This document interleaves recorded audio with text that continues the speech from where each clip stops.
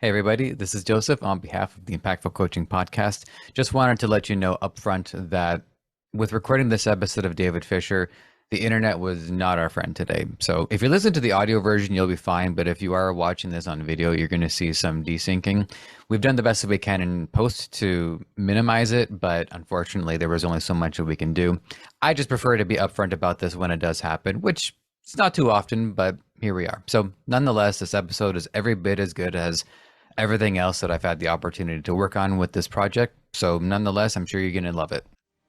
I learn about myself, and then I'm always spending this time of reflection afterwards. Not just what did I do well, what do I need to improve upon, but who am I? Because I'm very vulnerable in my speeches. So I generally, there's a human connection. There's an element there where I feel like I can trust anybody in this audience, and they feel they can trust me too. Our ever-changing world calls upon the most courageous, resilient, and relentless of us to face its most extraordinary challenges. To help you embark on this journey, we present the Impactful Coaching Podcast, your oasis for inspiration and a beacon to spark the fires of greatness within you. I'm Joseph. I will be your ally in this journey to empower your potential. Join us each week as we dive deep into the heart of ambition, drive, and success to unravel compelling stories of daring leaders who dreamed, struggled, and achieved victory. Our journey begins now. How is everybody doing? My name is Joseph, and welcome back to the Impactful Coaching Podcast. As always, I got into podcasting 10 years ago thinking I was just going to sit around and talk about video games with my friends. And it took me 10 years before I got to do a program where I get to do that. But it transformed into so many interesting career paths in so many different industries, and it's a great privilege to be able to talk to a lot of great people in, broadly speaking, the coaching space, but there's so many niches and specifications within it. So my guest today, David Fisher. First things first, this is not even question 0, this is question -1, but how are you doing today? How are you feeling? I'm doing fantastic. It's been a crazy busy but exceptionally good week. I'm tempted to start this combo chain where I just start asking upfront what is each person's travel habits in the hopes of living vicariously through people. So any recent trips lately that you're just coming off from? Not that I'm recently coming off of, though in about 3 weeks I'll be in New York City, which I'm really excited about because I haven't been there since I think I was 13 years old. Oh yeah, wow. And my grandparents were from New York City, and so I haven't been there for a long time. So I got to go back and revisit, but really it'll be a fresh new eyes looking at New York City again. I'm in Vancouver now for, people who don't know. Okay, right on. I'm a Torontonian myself. In terms of competition, I don't think our provinces or cities meant to compete over housing prices, but it is a race to the bottom on that one. Right. Yeah, it sure is. Yeah. It's kind of neck and neck. With that, would you be so kind as to let us and the audience know what you do and what you're up to, particularly as a story amplifier? I haven't seen that specific title yet across my career experience, and I'd like to know how much of that is a construct of your designs or how much of it was an inspiration. Yeah. Oh man, great question. That was a journey. It started with me going into I've been public speaking and public speaking training. I've been public speaking since 8th grade, just doing contests and stuff like that. And by the time I was in university, I was teaching at another college public speaking. And so I was at university getting a communications degree, and I was at an art school teaching a communication class. And so it's always been a part of me. And about 10 years ago, not quite, probably not like 10-year, gosh, like COVID, it turns everything into a blur, doesn't it? Like there's like 2 years of our life where we're just kind of like, I don't know, what was that, pre or post? But a few years before COVID, I was like, let's, maybe I can turn this into something. And there's a greater story even behind that, which we may or may not get into. But as I started, I'll be a communication consultant. I'll work with businesses, but it was really static. It was good.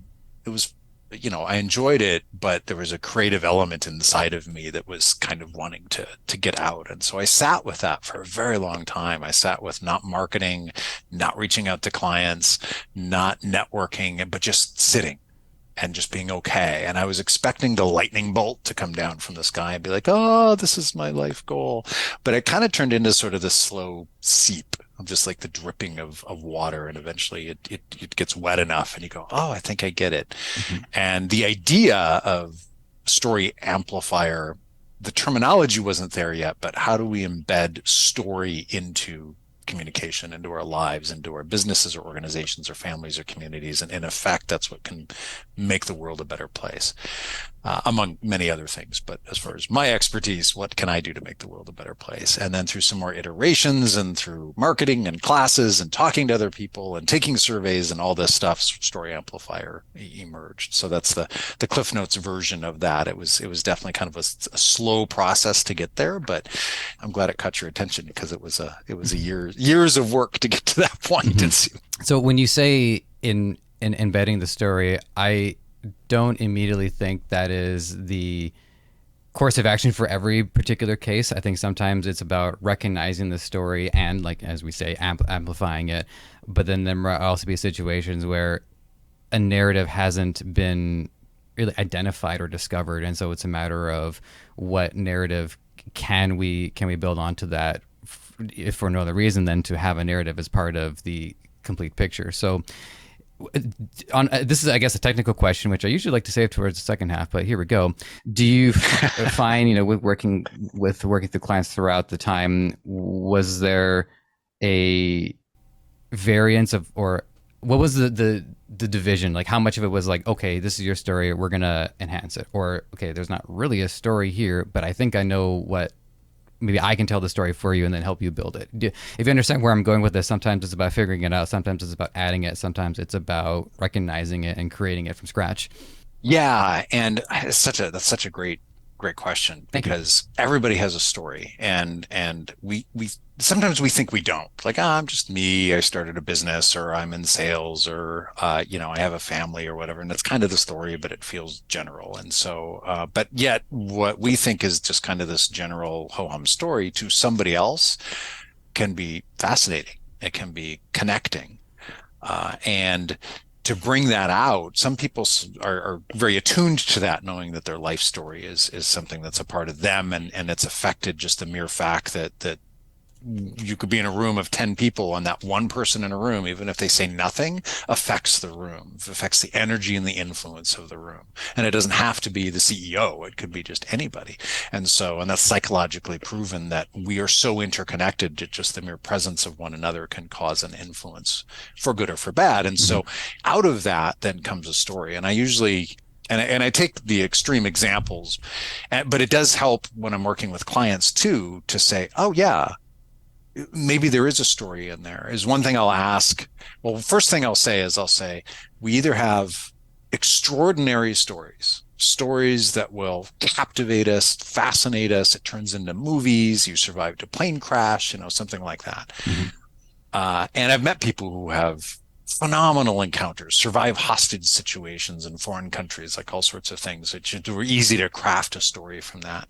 But most of us just are like, I live my life. I built a business. I have a family. I have friends. I have the day-to-day struggles. But out of that comes stories of connection. So we have these stories of inspiration that most of us will never encounter. But we also have these stories of connection that we can relate to. Have you ever been running late to go to the airport? Have you ever made a wrong turn on the highway? Have you ever gotten lost somewhere when you're traveling? Have you ever slept through your alarm and you missed your first class? Like, whatever it is, when you can tell that story, then the audience, whether it's an audience of 1 or 1,000, will go, oh, I relate to that. I relate to that feeling of waking up and going, oh crap. Right. And so both of these stories, not one is greater than the other, because they're both serve a purpose. And so I'll explain that, which kind of opens up people to go, oh yeah, I do have stories. And then I just say, what are your 5 top memories? Give me your 5 memories right now. Just write them down. Don't think about it. Just say, here's the first 5 memories I have in my life. Because out of that, even if you don't have a story out of that, sometimes that springboards to other memories. So you have a memory, and that leads to another memory, and leads to another memory. We're talking about New York. So now I'm remembering about my grandmother, and then, driving through New York and her honking at people because she was a New York City cop. And so she was retired when I visited her. And it's weird to have a New York City cop as a woman in the 50s and 60s. And so to me, that was so ordinary. But now I look back and think, oh my gosh, she has extraordinary stories. I wish I was, older when I could ask her more of those questions. But there's a story in there. But that kind of stemmed from just us having a conversation about going on holiday. So these stories can come out of anything. So after they write down their top 5 stories, out of that, or what springs out of that, can be something that can be teased out a little bit and say, okay, let's craft this story. What does that kind of look like? And it doesn't have to be an hour. It doesn't have to be War and Peace. It could be 5 sentences, 6 sentences of a story, and you follow a pattern to create that story. Mm-hmm. Does that answer your question? It does, and there was a few things that came to my mind. Although, you know, a little bit of a inside baseball. You know, as host, I'm like, you know, I'm micromanaging, right? Like I'm watching the time. I'm also making sure the recordings are smoothly. You got my question on the other side, so I got like a whole array here. So a lot of this stuff, Gotcha. It sort of sinks in, but it really doesn't sink in until like I review it afterwards, and like, oh yeah, that was good. But like, there's, in spite of that, there's still a lot that came to my mind.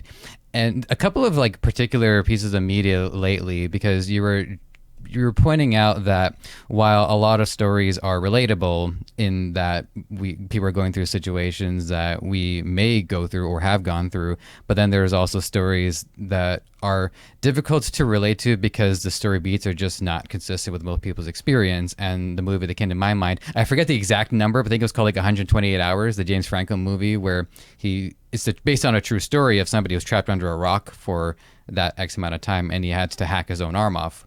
And that's sort of one way to describe the story. And it's totally. There's a relatability aspect to it because we can see ourselves in some of the character, in how the character aspires or wants to be adventurous, or has family, or has a commitment. But then there's also a part of it that we have no frame of reference for whatsoever, right? Like I get, you know, if I'm sitting on a bus, and actually I'll tell you this because you're in film, so you might find this interesting. So like I do background work, and I was sitting in a bus because we're shooting a bus scene, and I felt fine until the crew starts coming in with the cameras and the boom microphones and all these setups, and I couldn't get up. And that's when my claustrophobia totally kicked in, because it was that loss of control. Point being is that I don't see myself being trapped under a rock anytime soon, because rock climbing ain't for me. So that's what came to my mind. The other thing that came to my mind too was a Pixar movie called Soul. Have you seen this one? It came about during the COVID blur, and it might be one of the few Pixar movies that went right to Disney Plus. It wasn't even theaters, but it does talk about a person's entire lived experience, and that if you were to go into this chamber and see your life lived out in these like 3D dioramas, you would see a lot of time spent on the bus or watching TV or eating or going to the bathroom. And it's a very sobering way to look at a person's lived experience and realize that, you know, a lot of it is just mundane, and that there's the moments that we don't really spend much time writing about. Like I watched Mad Men. I don't remember seeing many parts of an episode where you see people going to the washroom. A few times, because something significant to the story happened there.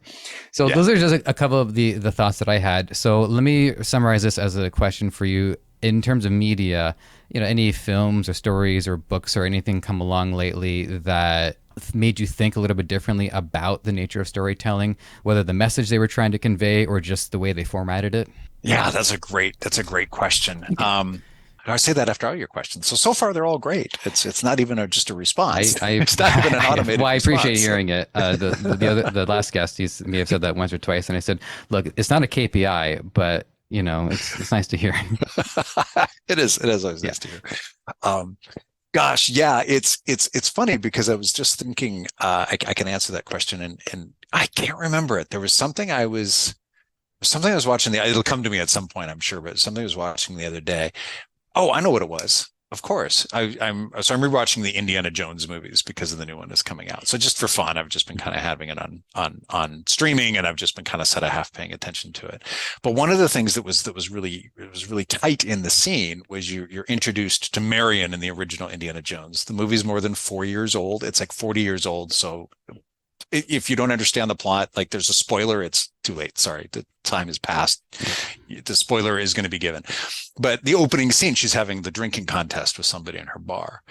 And then as I'm watching it, and I'm kind of doing some work while I'm watching it, but then she's in the desert as a captive, and then she's drinking again with her captor, and she, because she shows that she drinks this big guy in her bar under the table, and now she outdrinks her captor.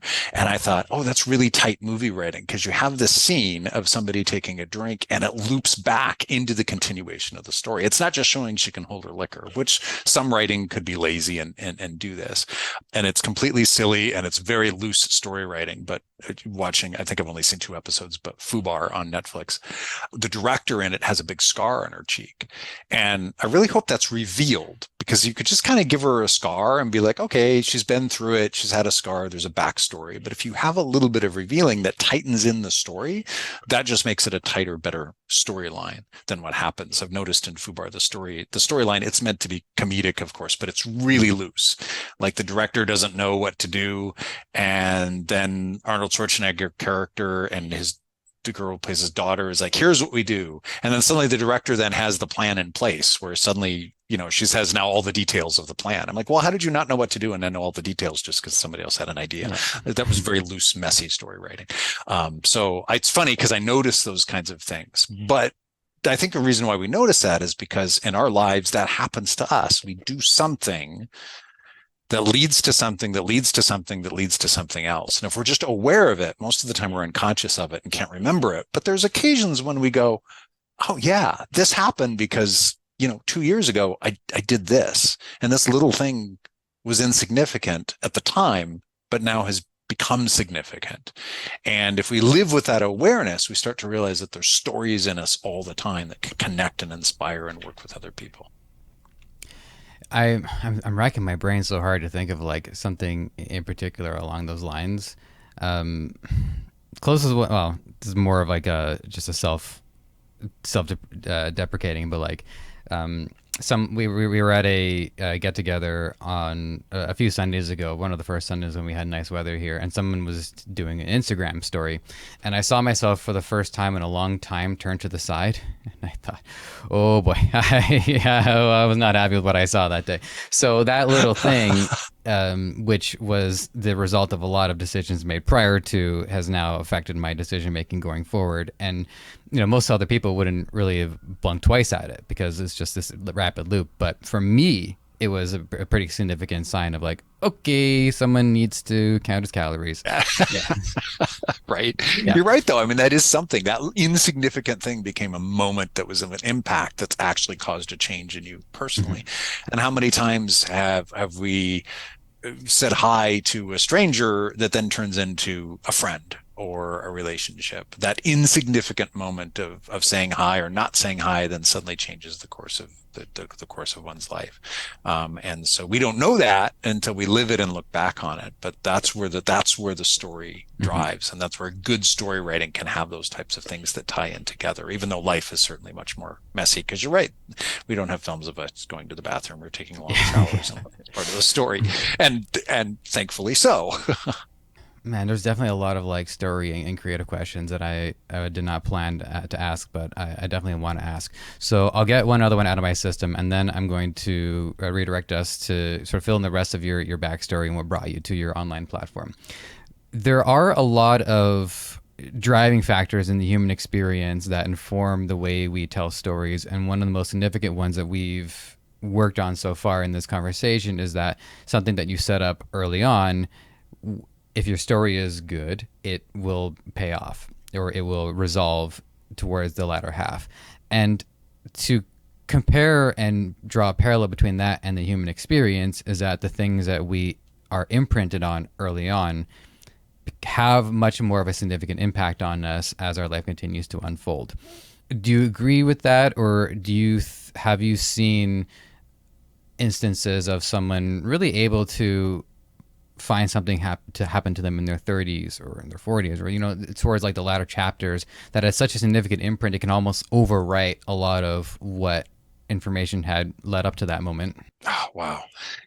That's a challenging one. A lot. It's an open-ended question. It is a challenging one. Yeah. And I can speculate a little bit and going through a lot of my own healing journey, and from my own trauma and my own childhood. I can say that significant events can and I say this very generally, and I don't want people to take it and kind of take it out of context, but I think it can overwrite and change a previous story. Mhm. But one of the things that we want to be careful of is to not ignore the previous story, not ignore the story of what happened when you were 5 because you had something else happen when you were 35, because sometimes we got to sit with that pain, or sometimes we got to sit with that trauma and actually work on that story, Sure. even something like therapy or counseling or something.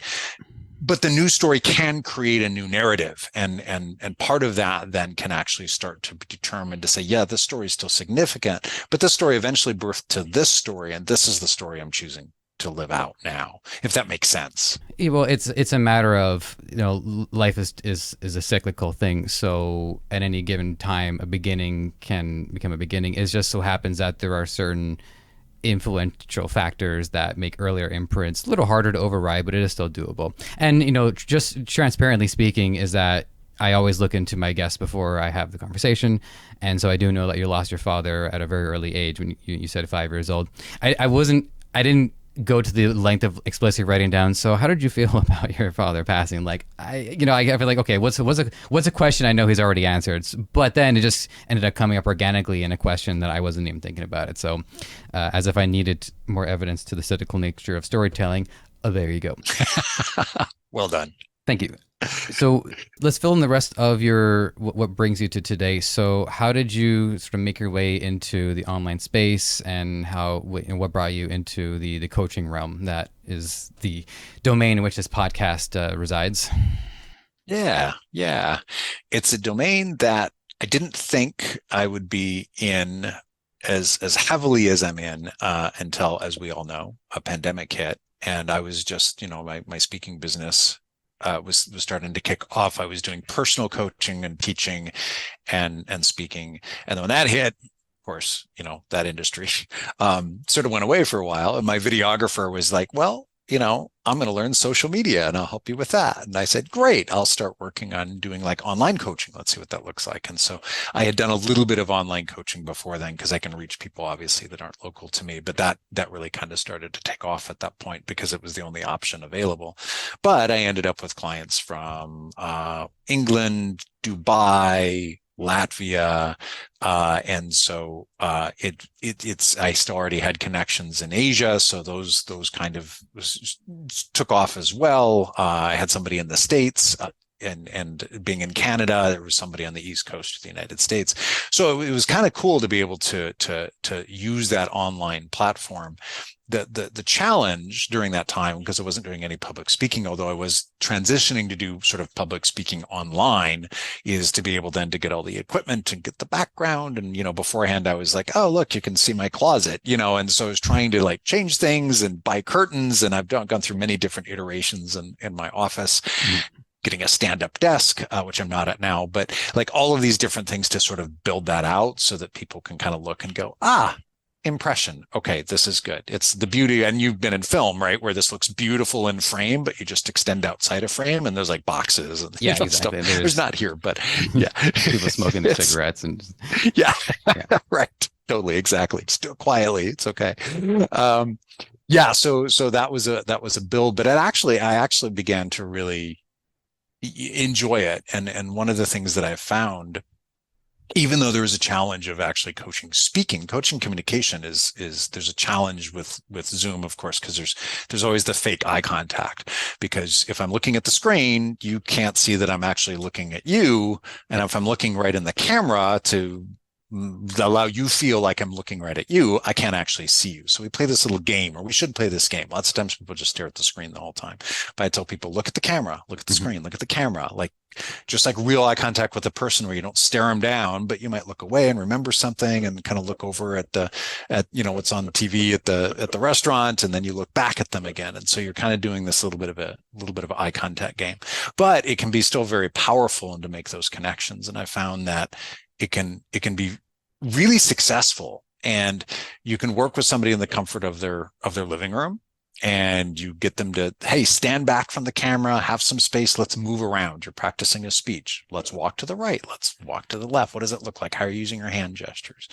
So the coaching changed a lot from person to person to, okay, how do you look like when you meet somebody in person? How do you communicate effectively or tell your story? But also online when you do it, maybe we want to see your hands a little bit. Maybe you're telling a story and you want to be able to do this. So you don't want to be really close to the camera Yeah. because now we can't see your body language. And so we make those little adjustments. So it's actually been really fun. Now I'm doing a little bit of a hybrid. Now that the world's opening up, people want that face to face, which I'm super excited about. I had my first group coaching class for public speaking since the pandemic about 6 months ago. And I was so happy to see people face to face.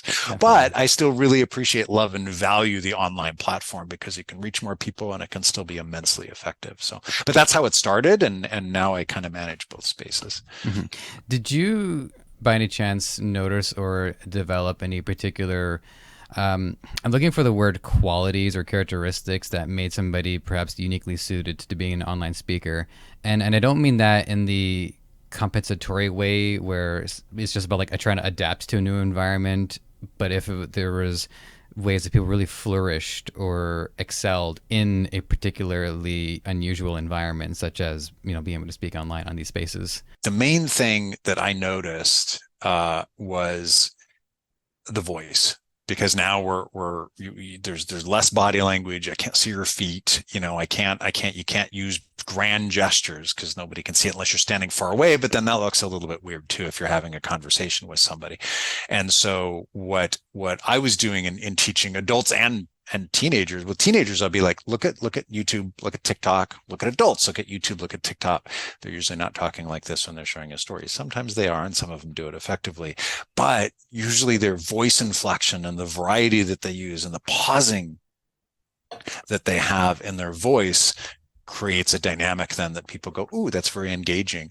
Sometimes though there's sometimes you want to speed up and talk faster, and other times you need to slow down too, and sometimes it depends on connection. And so that's kind of the main thing to look at, the voice, but also background is really important as well. If I just realized that this shirt is actually too light for where I am at now. I would have worn a darker shirt because I kind of blend into the background. I knew I wasn't going to wear a white shirt, but it's a little more blue in real life.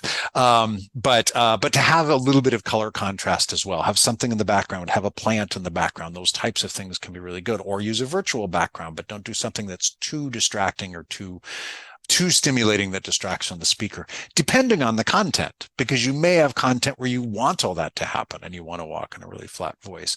But I usually tell people I have these rules in speaking, and then all of them can be made to be broken. But as long as you understand what the rules are and why they're there, then you also understand why they can be broken, what the purpose is of breaking those rules. And so I establish that, and then we start working creatively on what that might look like. Let's see what the box looks like now. There's occasions and opportunities to break the box open? Absolutely. But let's understand what's in the box first. And I think a lot of this also leads into what platforms that the content, assuming the content is being recorded, is distributed to. So, for instance, for us, like obviously we're audio and video, but then it can also be disseminated and distributed onto smaller social media platforms. Sorry, not smaller in terms of scope, but in terms of how the content is consumed. And does that come into the equation at all when there's an awareness of where this content is being distributed? And on top of that, if you know that not only is this going to be in long form, but if it could be cut up into shorter content as well, does that influence how you're coaching people? Yeah, absolutely does. And it even starts to inform me, which has been a growth thing for me, is over the last couple of years, is what am I communicating that can be a soundbite? What am I communicating that can be a quote or a meme or a 10-second clip on Instagram or something like that? What can be pulled out of that? And so I actually start creating, because I customize every message for every speaking engagement I have, is I start looking, and even though it's pretty organic the way I kind of start putting things together and mind mapping and all this stuff, as I start looking what's in my head that can come out and go, ooh, that could be a quote. I want to make sure I say this word for word when I get to this point. Even in a workshop where I might not have a whole keynote memorized or internalized, I say, because memorization doesn't do it. You want to get it as an actor, you want to get it inside of you.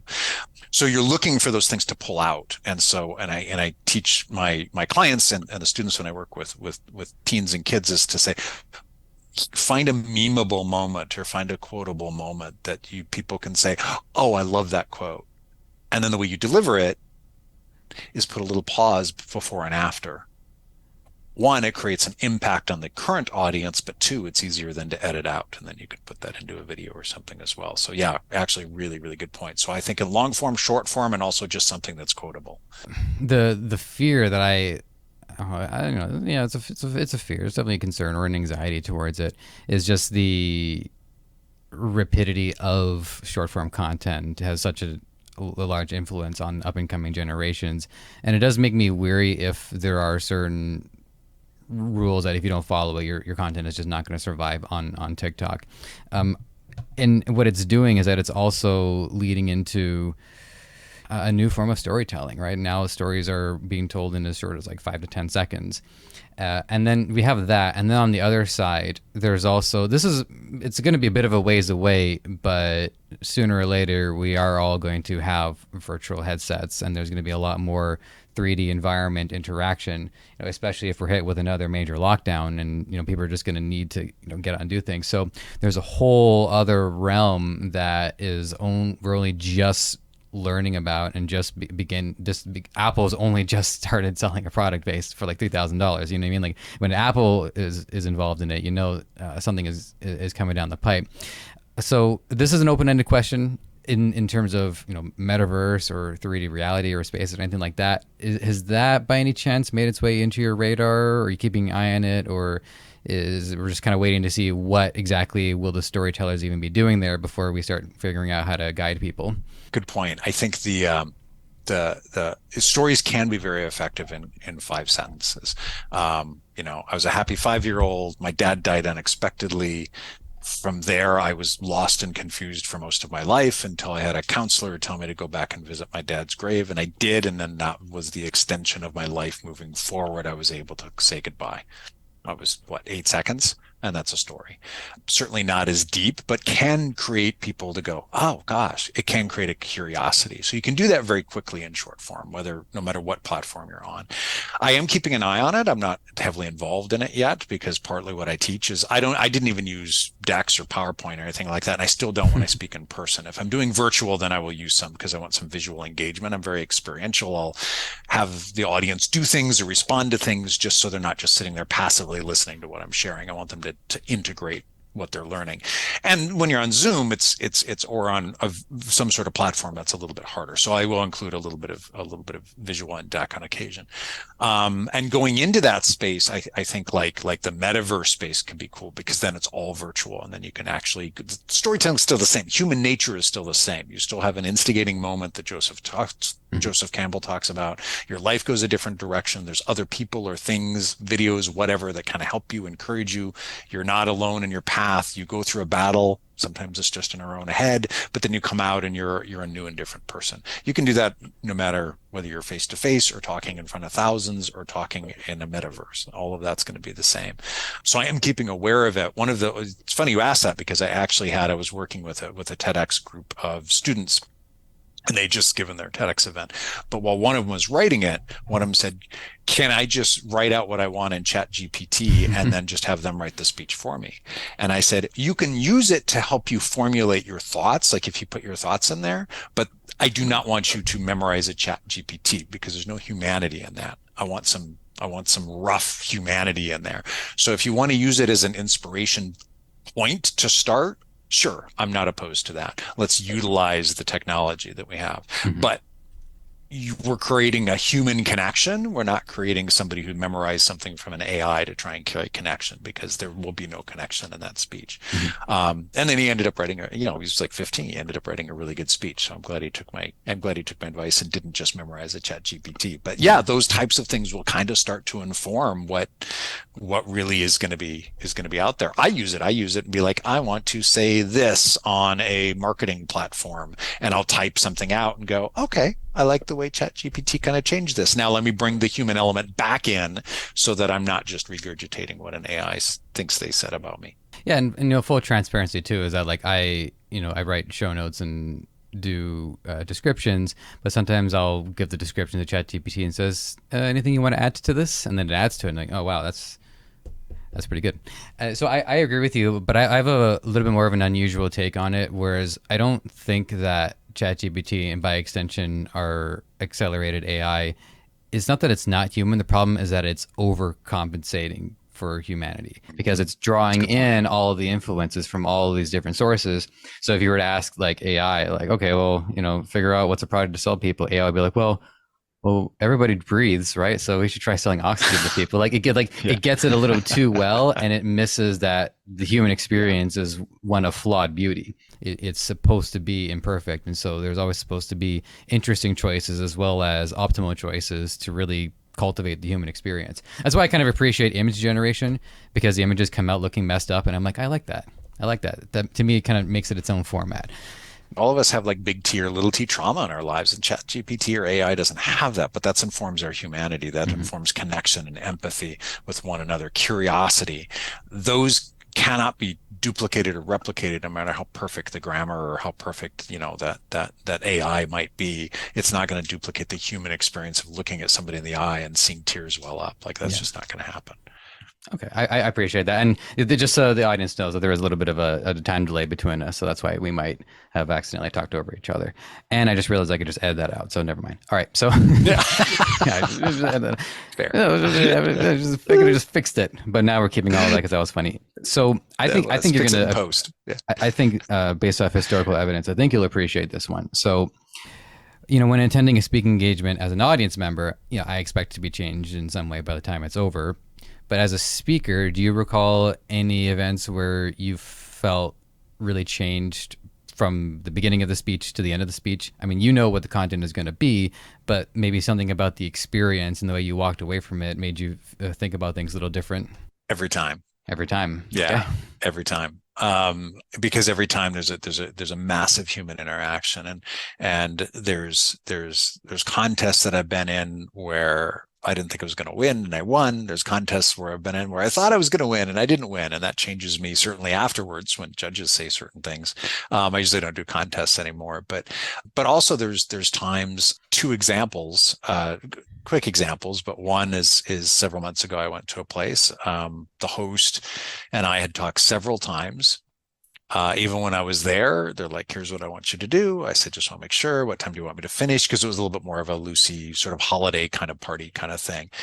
And I finished and had some nice conversations, but energetically, I sort of missed. There was something missing, and I didn't know what it was, but there was something in me that I'm like, what did I do wrong? And I couldn't think of anything. And then she actually got back to me and she's like, you were too long. I didn't want a workshop. I wanted a speech, but I'm like, but we had talked about all that. You wanted an interactive speech, which is what I gave you. I ended earlier than the time you gave me. So it was a really weird disconnect, but I felt that even during the speech. It's the only time it's ever happened. Hundreds of times of being on stage. It's the only time it's ever happened. But it did help me step back and go, okay, what did I miss? Like what questions do I need to ask a client moving forward? Even if it's 1 out of 100, I want to make sure that I serve my clients as best I can. Mm-hmm. What can I do better moving forward? And then fast forward a few months later, there's one I just did where it was 90-minute keynote. So it was actually way longer than the 30 to 60 people generally give.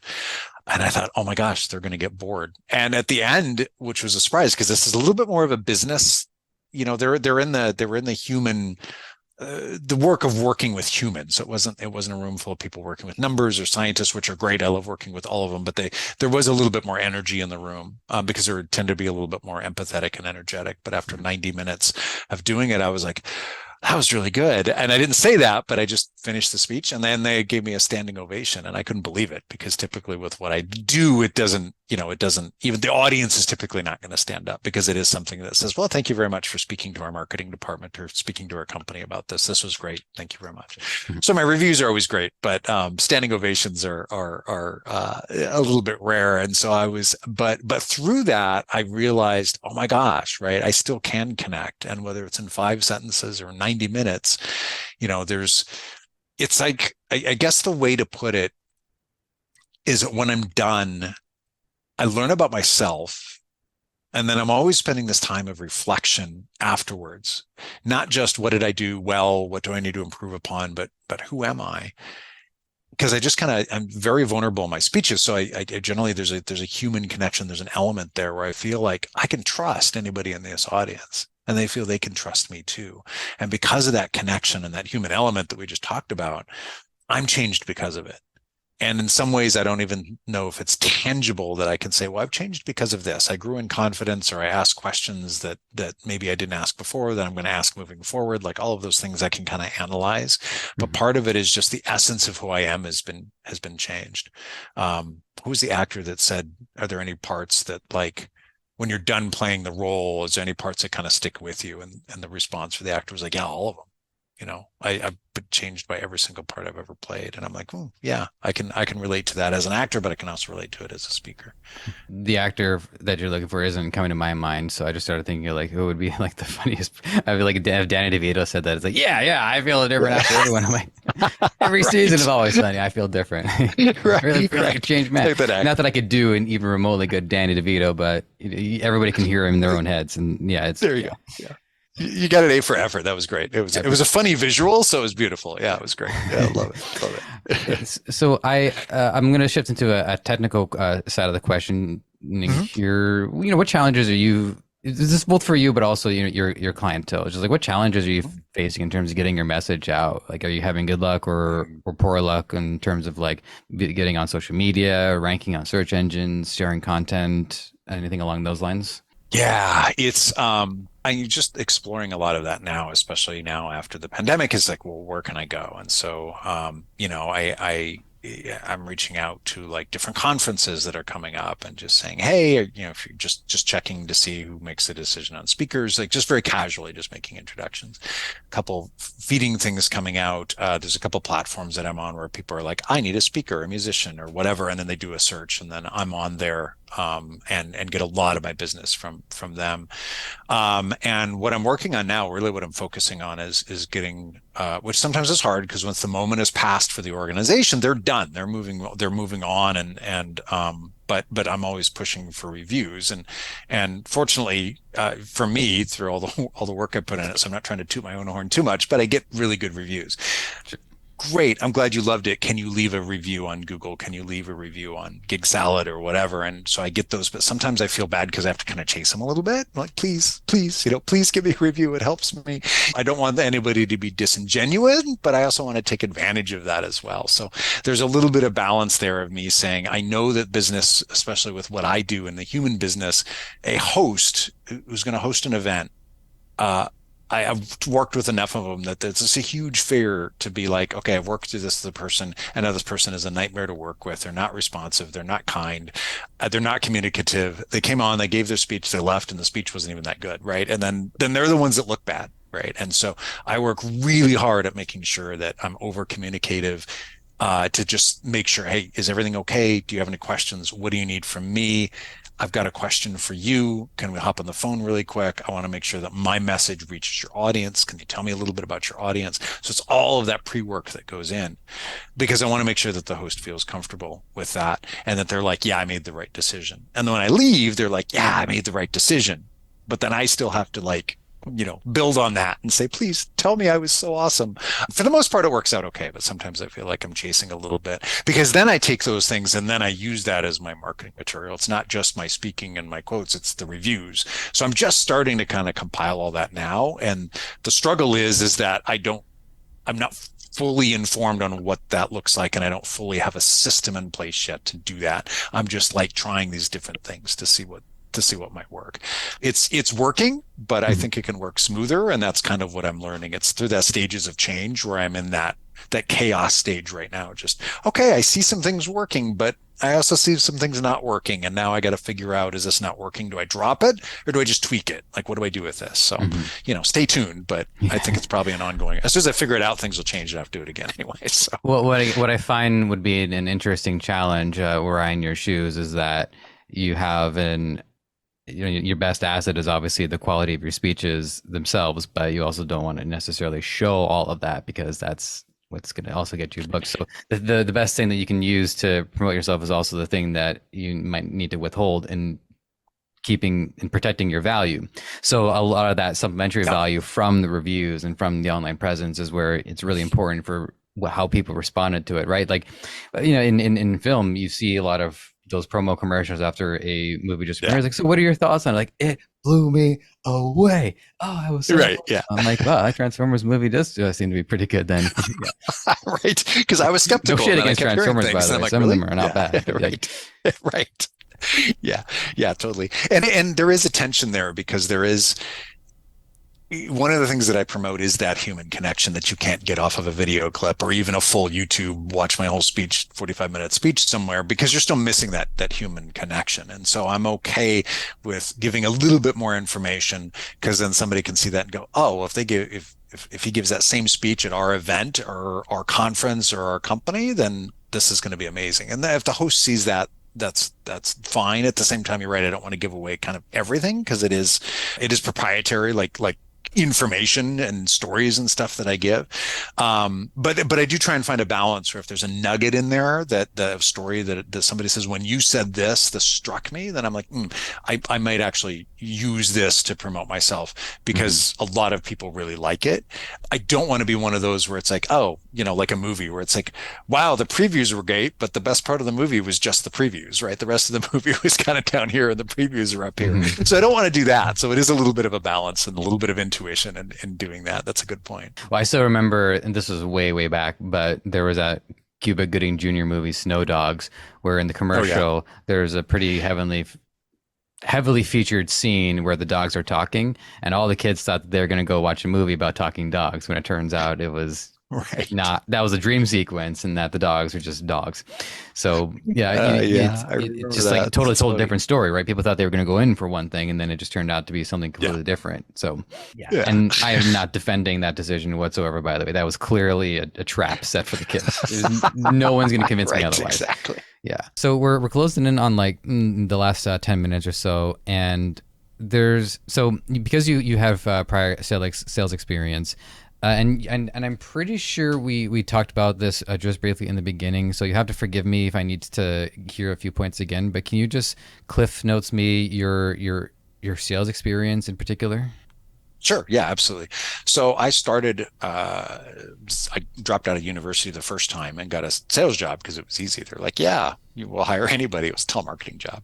And turned out with my acting experience, even in like university and stuff and public speaking, I'm like, oh, you sound good on the phone. So I was like, all right. So I got promoted and all that. And then I ended up going back to university. After I graduated, I went back into sales because it was easy. To be honest, trying to find jobs completely stressed me out, gave me anxiety, couldn't sleep well. It was easier just to get any old job I could and just go, okay, now I can pay rent, right? And that was kind of my mentality at the time. But it ended up, serving me very well. So I'd actually done sales, off and on, but mostly on really for most of my life. Okay. And so in those different environments, sales. Now I've done a couple of sales roles too. So I've done some that were commission based, and I don't have any beef with commission based because that's a fair and clear incentive. Although there have been situations where like I would have that luck where a customer comes in, another comes in, and everyone's just ready to buy, and then my partner for the day is still working on the first customer that came in. And so it's for people who remember Golden Age Simpsons, it's that scene where Mr. Burns throws a ball and the ball just gradually makes its way towards the pins, and then everybody else in the opposing team are just knocking strike after strike after strike. And I felt bad. Right. So if I had to come up with any beef for that, I would say a team-based commission might not be such a bad idea. Obviously everyone has to hold each other accountable, but nothing's perfect. So I've always been fine with that. But what I've had a little bit of a harder time working out in my head, and I always thought that I was just I got the bad end of the deal, and I wanted to bring it up today because I was really curious to hear your perspective from it. So some of the sales roles that I've had, I would be expected to close, but my incentive was to continue working. So I'm not going to say what the business was because I do like the business, but the business said, okay, you have to make $600 today. And your average sales needs to be 1.5 per customer, meaning don't just sell them the one thing, make sure you've upsold them as well. And if you got like $500 out of the $600, you'd be reprimanded for it. So it was really like they really pushed people, a lot of energy, a lot of initiative. It definitely developed a lot of my early habits that made me good at a lot of the jobs that I do. So there have been jobs afterwards were like, you know what? I think I tried harder because I was just like kind of conditioned to try harder on it. But I don't. But that to me is a very minimal incentive, considering how much of a drive there is to sell that product. So, have you dealt with any like unusual configurations or any systems that kind of rubbed you the wrong way, or you just felt like, I don't know if I'm being given a fair shake here? Yeah, a lot. And really it's for me because I'm deeply empathetic. And I really have a desire. And sometimes I have to be mindful of boundaries, but I have a desire absolutely to help other people. So when I've worked in sales, it's if I believed in the company, the boundary was, oh, I don't have to work 18 hours a day, right? I still take some self-care and sleep and, work out, Sure. but there's other places that I've been where organizations and companies were after the money. They were after the bottom line, and they could pay you handsomely for it, or maybe not, but the drive was always the money. But I've never been driven by money. I've been driven by helping other people. And sales, when I've been in sales, has been really good for that, because if I can help people, if I believe in the product or service, then absolutely I can help them. I can put my energy and my focus into it, and I can do extremely, extremely well, and have done extremely well in sales with things I believe in. I have massively struggled with things when I'm like, you guys are just after money and it's a crap product. Mhm. And then I go through the motions, and most of what I do is just sit around and talk to people. My first job when I moved to Vancouver, because the job I thought I had fell through, and I was on the verge of homelessness. My mom ended up paying my rent while I was trying to get on my feet. And the first job I had was selling foreign lottery tickets, like calling overseas, like calling. I can tell that this business fell apart, so I don't mind talking about it anyway. But I was calling people in like England to try and sell them like German lottery tickets. And I'm in Vancouver, like making these phone calls. And I could not do it, because I'm calling these retired people. And unless I knew they were incredibly wealthy and was like, oh, I just want to blow money on German lottery tickets, then I'm like, I can't do it. And so I had all these lovely conversations with retired people in England, but my sales was at the bottom of everything. I would make like $2, like literally $2 a commission, a paycheck. And the pay was like minimum wage. I still wasn't making money. So I didn't last it very long. I'm like, I have to go. I cannot do this. And so I have to believe in it. And if I believe in it, then I can create that connection with somebody. Then it's not about the product or the service. It's about the person. And then I'm okay if they're not a fit, for me to say it's okay, Mhm. because there's somebody else that there will be a fit. And then, on places like that, I've always exceeded, any sort of sales goals or anything like that I've had. But I always tell people, look for something that you believe in. If you want to do, or you're in sales, look something that gets your heart going, that gets your mind going, that gets you excited about it, because you're doing a genuine service to other people. And then it's not sales, and it's almost like it's consulting. You're building relationships. You're using influence. It's not just selling somebody a product or service. Well, I appreciate that, and it's semi answers, but it's also warming up to the second half of the question here, which I'm going to ask, and then we do have to wrap this up. So, what we discussed in terms of connecting with the customer, and the term that I will often be told to use is story selling, which is it's just finding that genuine connection. And I've always made peace with sales in the sense that I like the idea that I'm helping validate somebody's decision and guiding them to make sure that they're happy with it, rather than be like the closer.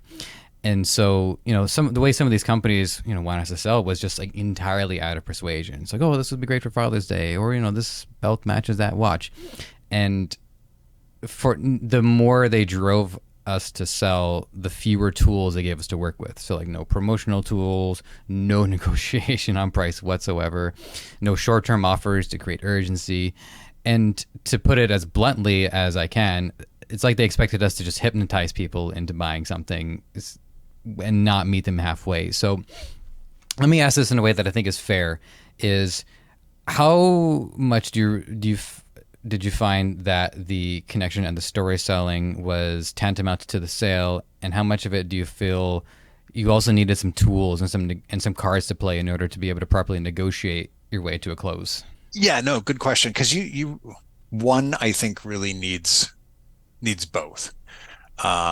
It starts with the connection. It starts with the human element, because if you're just gonna try and convince them to buy a product or service, even if you sell it, it's going to be kind of an icky feeling for them. You're not going to get a whole lot of repeat customers or something like that happens. But the incentives, I've known people who are very incentivized by different commission structures and things like that as well. And I can get incentivized by that as well. I sold real estate software, CRM management systems for real estate agents. And so they would be like, anybody in the next, hour that can bring in a sale gets this, right? And so you focus a little bit more. You're like, okay, I'm not gonna try and shove something down somebody's throat, but maybe I'm going to talk to my friend over here a little bit less, and maybe I'm going to wait and take my lunch, and I'm just going to really focus on reaching out to the leads that have inquired and try and get a hold of somebody with a little bit more urgency. So those kind of tools can be really helpful. But when you make that connection, then it's about the connection, and maybe there is a little bit more urgency of convincing or weeding them out a little bit faster and making that story a little bit shorter to say, oh, I got to get to the next person, because there's always going to be a little bit of that balance there, but you don't want to do disservice to the customer. Yeah. So there is both. When I did that job, most people would come in and they would say, so why are you looking at real estate software? But I would say, why are you a real estate agent? Because I wanted to get to their story. And then they would say, oh, I did that. And I would inquire further. Well, you've been in real estate, you just started in real estate, like 98% of real estate agents fail in the first 5 years. Like, what's possessed you to do this? And I'm not trying to scare them. I'm trying to get that story. I'm trying to get that why. Hey, you've been doing it for 20 years. Why are you looking at a new system? Like, obviously you've been very successful, because most real estate agents fail. Why? What's your secret to success?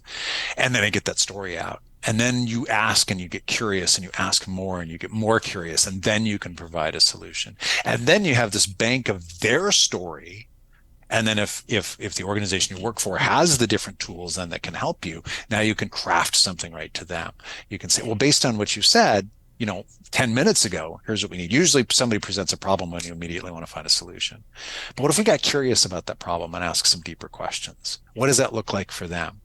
And so as we go deeper into those questions, the problem is you're disorganized, but the disorganization means you're inefficient, which means you're losing money, which means you can't put your kids through college. And right now they're in grade 9 and you're looking ahead.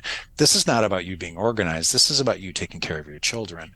Okay, now let's craft something that's going to work for you, because now you've gotten to the heart of the matter.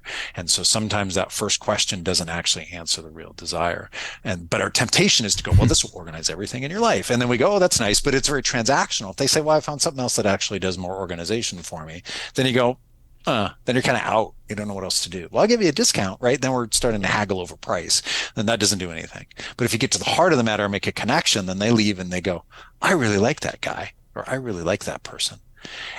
And then we rise to the top. Even if there's somebody else that might have an equal or better product, we're still getting consideration because we've made that human connection and they can trust us. Does that help? That was, it almost made me want to go out and try doing sales again. Honestly, that was like really interesting. I may have heard bits and pieces of it from other people in the past, but I think just that figuring out what was their motivation, what brought them to the table, especially because you're doing B2B, right? So like they make career choices as well. And so it creates a completely fair and,